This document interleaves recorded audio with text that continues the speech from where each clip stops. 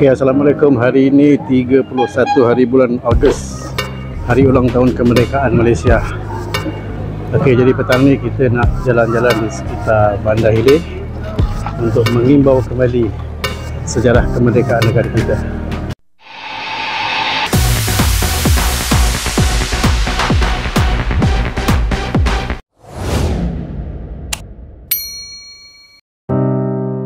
Kesultanan Melayu Melaka merupakan sebuah kerajaan Melayu yang terbilang di Nusantara pada abad yang ke-15. Wilayah kesultanannya meliputi sebahagian besar daripada semenanjung Tanah Melayu sehingga ke Patani, Kepulauan Riau dan sebahagian besar daripada Sumatera Utara. Melaka bukan sahaja sebagai sebuah pelabuhan perdagangan antarabangsa yang pesat, malah ia juga merupakan sebuah pusat pendidikan dan penyebaran Islam dan juga pemangkin perkembangan bahasa, kesusastraan dan juga kesenian Melayu. Panjang istananya ini saja berukuran 95 meter dengan ketinggian 7 tingkat. Ia bukan saja diperbuat daripada kayu semata-mata, malah tapak dan kebanyakan strukturnya diperbuat daripada batu, setanding dengan bangunan-bangunan di Eropah. Ia juga dikatakan dilengkapi dengan tempat simpan harta dan terowong bawah tanah. Kini semuanya telah tiada. Yang tinggal hanyalah sebuah replika Istana Kesultanan Melaka 3 tingkat yang dibina pada tahun 1984 bagi mengenang keagungan silam yang telah berlalu. Jadi, di manakah silapnya? Mengapa dengan kekuatan tentera Melaka berjumlah 20,000 orang ditambah dengan tentera upahan daripada Jawa, Parsi dan beberapa negara Islam lain serta kelengkapan 3,000 meriam dan 20 gajah perang tidak dapat mengalahkan Portugis. Portugis bukan hebat sangat pun, tetapi disebabkan oleh orang tempatan dan pedagang luar membelut, membuka laluan untuk Portugis menawar Melaka. Isunya apa? Kelemahan pemerintahan, mengabaikan pentadbiran, kezaliman, tidak berpuas hati, amalan rasuah dan fitnah berleluasa. Inilah peninggalan dia, Kota Formosa. Okey, ini adalah kubu Formosa yang penuh bersejarah, menceritakan tentang pengkhianatan, tentang kerakusan dan tentang kealpaan bangsa Melayu kita. Juga tentang kezaliman, ketidakadilan dan bermacam-macam lagi yang telah berlaku di zaman Kesultanan Melayu Melaka. Kota Formosa ini dibina di atas sebuah tapak masjid, iaitu Masjid Agung, setelah masjid tersebut dibakar dan dimusnahkan. Ia dibina mengelilingi keseluruhan kawasan Bukit Melaka ini dengan sebegitu kukuh bagi membantu Portugis menangkis semua bentuk serangan. Walau bagaimanapun, ketika pemerintahan British, benteng-benteng ini telah dihancurkan. Yang tinggal hanyalah pintu gerbang sahaja yang kini merupakan seni bina Eropah tertua yang masih tinggal di Asia. Okey, kubu ni asalnya dibuat mengelilingi keseluruhan Bukit Melaka ni, tetapi dia telah dirobohkan di zaman pemerintahan British. Okey, kubu ni selain daripada menggunakan batu-batu dipanggil batu letrik, dia dibina juga daripada runtuhan masjid yang pada asalnya merupakan tapak kubu ni. Dan sebahagiannya lagi diambil daripada bermacam-macam, termasuklah batu nisan daripada Raja-Raja Melayu dan juga Istana Melaka. Begitulah sadisnya kisah yang berlaku pada satu masa dahulu. Kita masuk dalam kubu ni.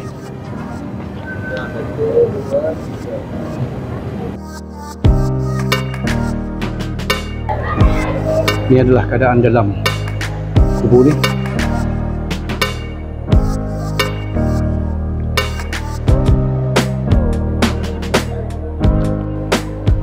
Okey, kita sembang dengan seorang yang berpengalaman, Encik Kamaruzaman Syahri. Okey, kita nak berbalik pada pada Melaka dahulu yang bersultan dan menjadi satu buah negeri yang cukup hebat, cukup besar, cukup besar. Mana dalam dulu pasal dalam peta dunia lama, Melaka kita dipanggil Malakai. Malakai ya. Alright, Malakai waktu itu mempunyai sultan dan kita sebuah negeri Islam yang cukup hebat waktu itu. So daripada situ bila berlakunya, bila Portugis datang untuk buat attacking Melaka, untuk conquer Melaka, so dia ambil masa yang terlalu lama. Bila kita satu bangsa yang hebat tuan. Bila cakap bab ni kita bukan kita yang bercakap, tetapi sejarah yang mengatakan bahawa dia kata I've been travelling the whole world, I have never seen a clever people like a Malay people. Kalau kata dulu Sultan kita tak hebat, kita Melaka tak begitu hebat, tak begitu gah. Betul. Tapi disebabkan bila kita baca balik, bila dah ada sifat dengki dalam tu, kita kalah ni sebab apa? Sebabnya sifat ni hati. Bila masing-masing tu sampai hari ni pun kita pun dalam sistem yang sama, kelompok yang sama, orang naik kita jatuhkan, tak ada. Kita cuba nak ubah lah untuk hari kemerdekaan hari ni. Saya berharap ada juga puncanya berasal daripada pembesar-pembesar jugalah kan. Itu wajib. Itu antara pembesar. Punca jatuhnya tu. Yang itu yang kata tadi patah balik, kalau betul, kalau kata tak kira siapa pun lah, bila kata hati ni menuju pada kekayaan dunia, sebab Melayu jatuh, Melaka jatuh sebab lain ni. Punca kejatuhan Melaka ni disebabkan oleh sifat dengki, tamak, bangsa sendiri. Tahu tak apa? Okey, di sini ada diterangkan tentang latar belakang berkaitan dengan Bukit Sampol. Yang ini tentang batu laterite yang digunakan oleh Portugis dalam membina Formosa tu. Banyak lagi kat sini. Ini adalah sejarah serangan Portugis ke atas Melaka.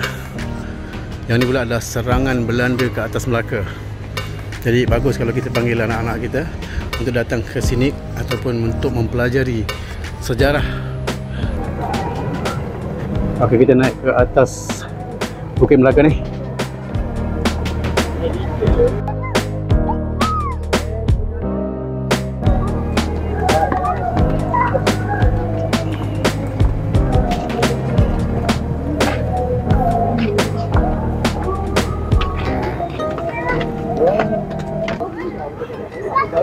Okey, kubur Belanda.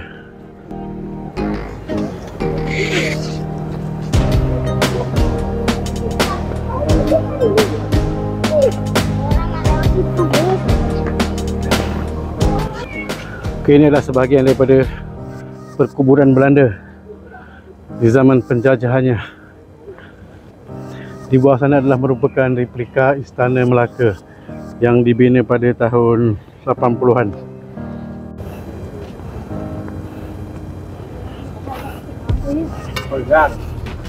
Ini sebahagian lagi daripada perkuburan Belanda. Siapa nama dia ni?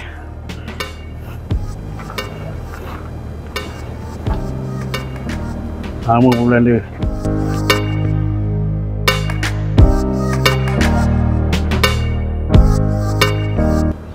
Okey, banyak lagi perkuburan Belanda di sini.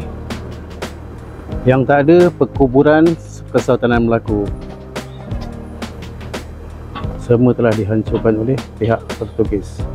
Berbeza dengan bangsa Melayu, kita tetap memelihara perkuburannya walaupun dia merupakan penjajah yang telah banyak merosakkan bangsa kita.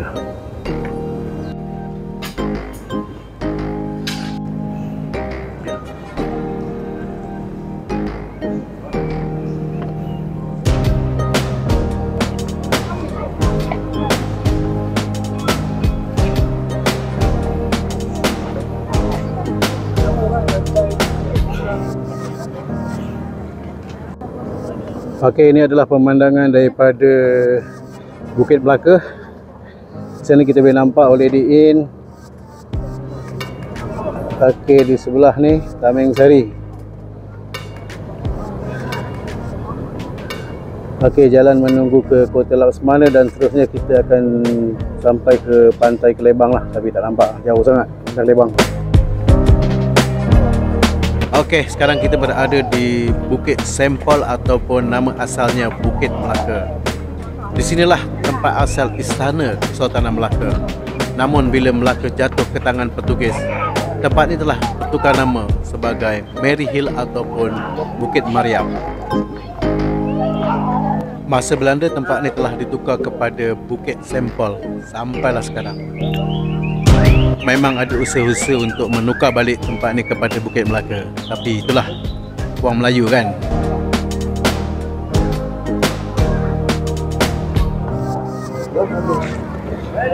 Okey, kita masuk ke dalam runtuhan gereja ni.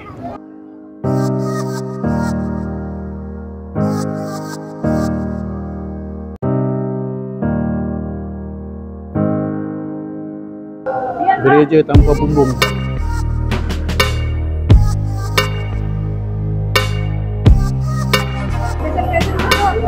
Okey, ini adalah merupakan batu nisan yang terletak di dinding gereja ni. Batu ni sebenarnya berasal daripada persekitaran, tapi bagi memudahkan untuk pelawat atau sesiapa, jadi dia dibawa masuk ke dalam runtuhan gereja ni. Ini sebahagian lagi.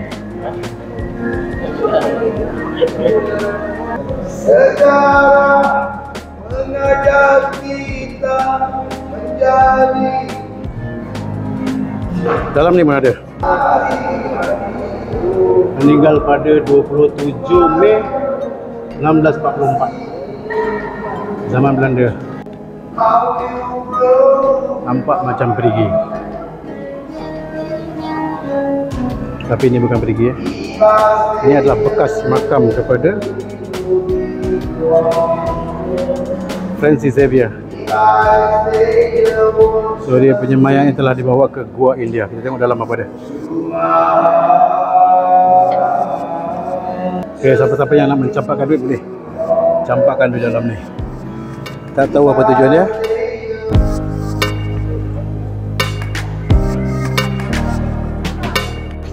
Kalau ikut cerita dia, gereja ni merupakan struktur tengah bagi kedudukan istana asal, memanjang sepanjang 96 meter ke kanan dan juga ke kiri. Memang ada logiknya sebab masjid itu dikatakan menghadap kiblat, iaitu arah matahari terbenam, dan juga menghadap laut bagi memerhati sekiranya terdapat kedatangan musuh. Okey, jom kita turun ke bawah. Ini adalah batu asal daripada zaman, tak tahu zaman kesultanan ke atau zaman penjajahan. Ini adalah pandangan Bukit Melaka daripada sebelah bawah ni. Tidak mustahil kita punya raja-raja Melayu Melaka dikebumikan di sini, sebab memang semuanya telah dimusnahkan. Okey, sebelum balik kita singgah di Memorial Pengisytiharan Kemerdekaan.